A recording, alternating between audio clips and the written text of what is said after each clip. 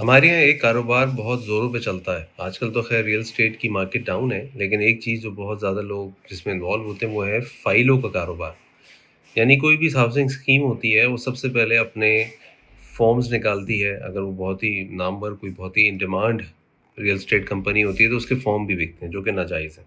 پھر اس کے بعد کیا ہوتا ہے کہ جی وہ جن فارمز کو ایکسیپٹ کر لیتے ہیں ان سے ایڈوانس پیمنٹ لے لیتے ہیں، ابھی نہ انہوں نے اس ریئل اسٹیٹ لینڈ کا نقشہ دیا ہوتا ہے، نہ وہاں پلاٹ کے نمبرز لگائے ہوتے ہیں، نہ آپ کو یہ بتایا ہوتا ہے کہ آپ کا پلاٹ فلاں جگہ فلاں اسٹریٹ فلاں بلاک میں، بس آپ کا وہ پلاٹ ملے گا۔